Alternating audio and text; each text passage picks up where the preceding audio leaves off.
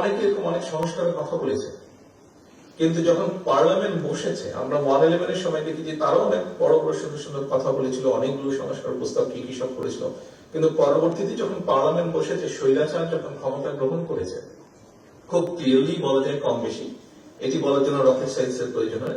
2008 সালের নির্বাচনে সেখানে ঘাপলা ছিল, সেটি যে স্বৈরাচার যে ক্ষমতায় ছিল তার বিভিন্ন কথাবার্তা থেকে বেরিয়ে এসেছে, এটি ঐতিহাসিকভাবে প্রমাণিত।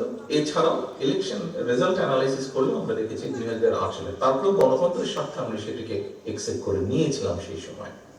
তো আমরা যদি দেখি তাহলে আমরা দেখেছি যে তখনও সেই সব সংস্কার প্রস্তাবকে তখন অন্যভাবে চেঞ্জ করে ফেলা হয়েছিল, করা হয়নি, কারণ সেটি প্রকৃত জনগণের ভোটে নির্বাচিত সংসদ ছিল না। এইবার সংস্কারের প্রস্তাব সবচাইতে প্রথম বাংলাদেশ জাতীয়তাবাদী দল দেশের সামনে দেশের মানুষের সামনে উপস্থাপন করেছে, আর কেউ করার আগে সবচাইতে আগে আমরা করেছি বাংলাদেশ জাতীয়তাবাদী দল। যেহেতু আমরা বাংলাদেশ জাতীয়তাবাদী দল এই সংস্কার প্রস্তাব সবচাইতে আগে উপস্থাপন করেছি, কমিটমেন্ট করেছি আমরা বাংলাদেশের মানুষের কাছে, সেজন্যই এটিকে পর্যায়ক্রমিকভাবে ধারাবাহিকভাবে এটিকে সাকসেসফুল করা অথবা এটি প্রতিশ্রুতি পূরণ করা, এটি আমাদের একটি পবিত্র দায়িত্ব।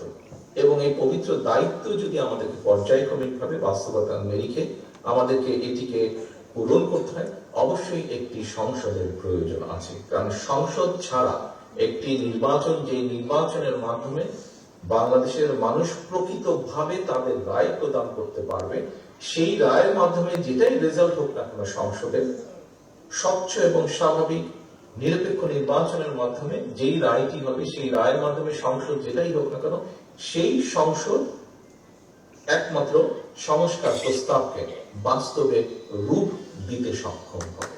এবং অন্তর্বর্তীকালীন সরকারের আমরা মনে করি মূল দায়িত্ব হচ্ছে,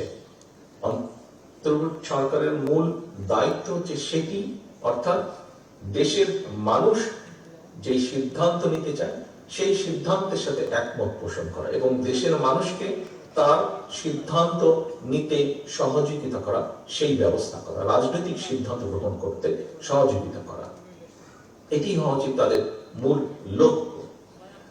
আমরা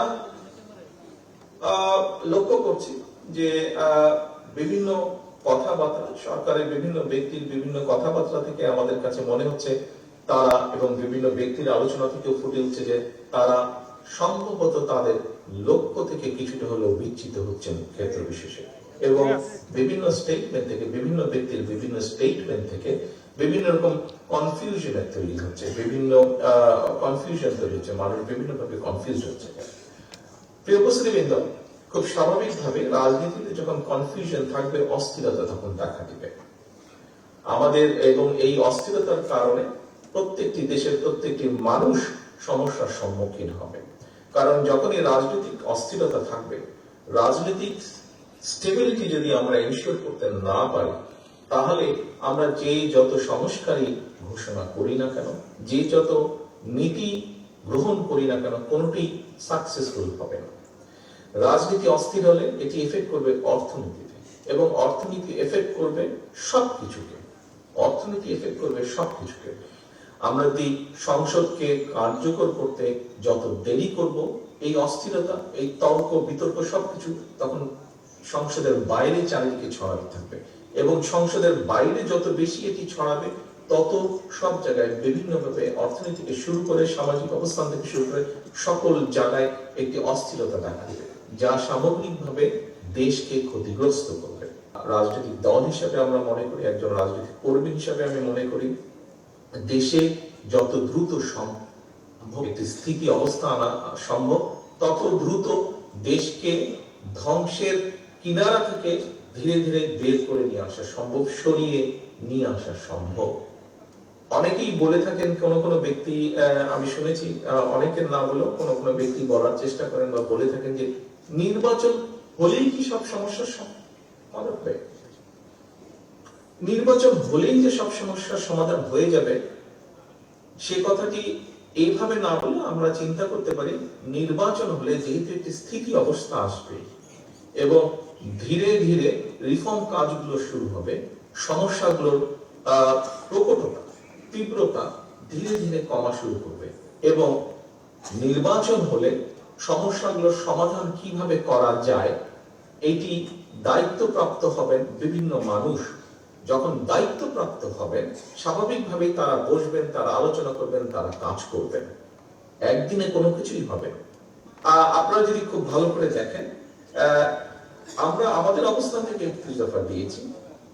অন্তর্বর্তীকালীন সরকার বেশ কয়েকটি 6টি বোধহয় কমিশন গঠন করেছেন, তারাও বিভিন্ন বিষয়ে সুপারিশ দিয়েছেন।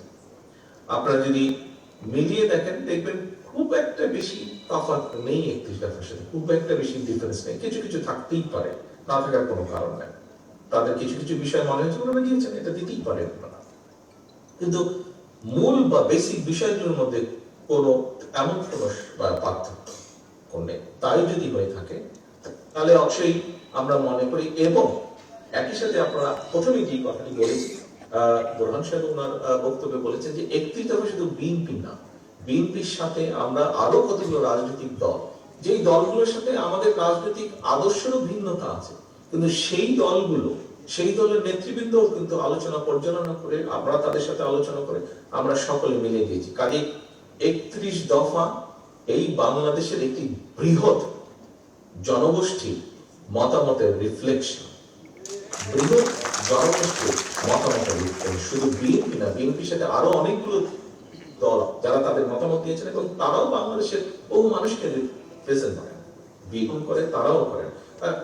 জনগোষ্ঠীর রিপ্রেজেন্টেটিভ বা রিফ্লেকশন, বৃহৎ জনগোষ্ঠীর মতামতের রিফ্লেকশন হচ্ছে এই 31 দফা। কাজে এখানে খুব অন্য কারোর সাথে বা বর্তমানে যারা দিচ্ছেন তাদের সাথে খুব তফাৎ হওয়ার কোনো কারণ নেই।